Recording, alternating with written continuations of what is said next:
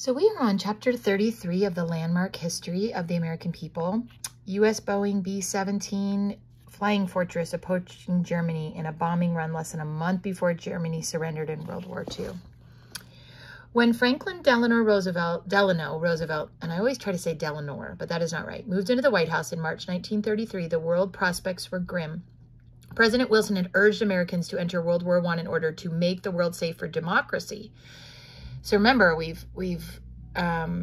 President Wilson had gotten us into World War I, but World War I is now over. Okay, Italy, Russia, and Japan had been American allies in World War I, but now all three of those former allies have become threats both to democracy and to peace. Germany, too, the leading enemy in World War I, had risen from defeat and was building an enormous new army, was manufacturing weapons at frightening speed, and soon proclaimed her intention to rule the world.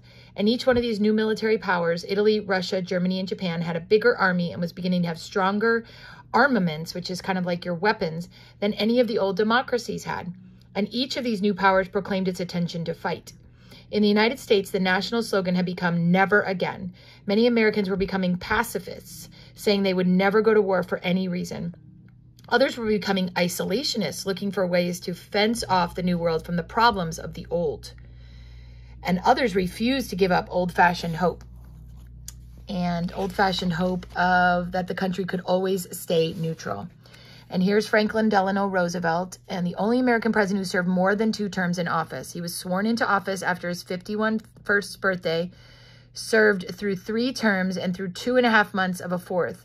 He died not quite 3 weeks before Hitler committed suicide and 4 weeks before Germany surrendered to end World War II in Europe. And we're going to learn more about that. So, and here's a picture of communist Russia. So take a look now. We're switching to World War II, right? Here's all of Europe. Here's the problems. Communist Russia, okay, and then fascist Italy and Japan over here, and then Nazi Germany. These were not only battling for land, but for people's minds as well.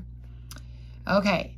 By 1935, the idea that the neutrals had rights that everybody respect was more unrealistic than ever. So in other words, by 1935, we're like, this isn't going to work. We are not going to be able to stay neutral. Each of the new warlike powers wanted not just a bigger empire for itself, it wanted its own kind of world. The communists in Russia, fascists, which is Italy and Japan, and Nazi Germany. All were battling not only for land, but for people's minds as well. The winner aimed to take all. That meant that whether Americans liked it or not, the battlefront was everywhere. The airplane had made nearly all traditional thinking about war out of date. What the submarine had done to freedom of the seas, the airplane was doing to almost all the other rules of warfare.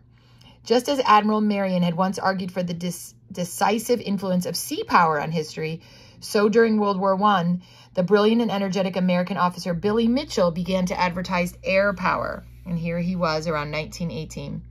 Air power was still so new that few took it seriously. In the Spanish-American War, the Americans had used one light observation balloon in Cuba. But the American military leaders thought of balloons, even military balloons, as more suitable for sport or hobby.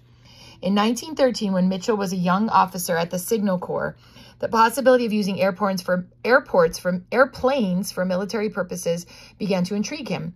But then, during World War I, the effectiveness of British and French warplanes impressed him even more. At the end of the war, American generals and admirals still considered the airplane merely one more new weapon. Like a new machine gun, it had no special use. Maybe the Army or the Navy might like to use airplanes somewhere in their regular operations. But Billy Mitchell had other ideas. His experience as a flyer and as a wartime observationist, in his wartime observations, persuaded him that the government should create an entirely new military unit for airplanes. A military unit under a command all its own. So long as Americans thought of airplanes as only helpers in traditional Army and Navy maneuvers, he said, Americans would be left behind. They would lose the next war to nations who recognized that air power was something new and world-shaking. Air power, Mitchell said, had actually shifted the main targets. No longer were the main targets enemy armies. Now the most important targets were the vital centers, the centers of industry, the centers of supply, and the centers of the enemy's will to resist. All right, so far we've talked about why it was hard to remain neutral, and that was because we've got these countries that are basically trying to get our minds. All right. And then what kinds of ideas did Billy Mitchell have about air power? He thought the government should create an entirely new military unit for airplanes and that air power could strike vital centers. And how was he going to do that? Well,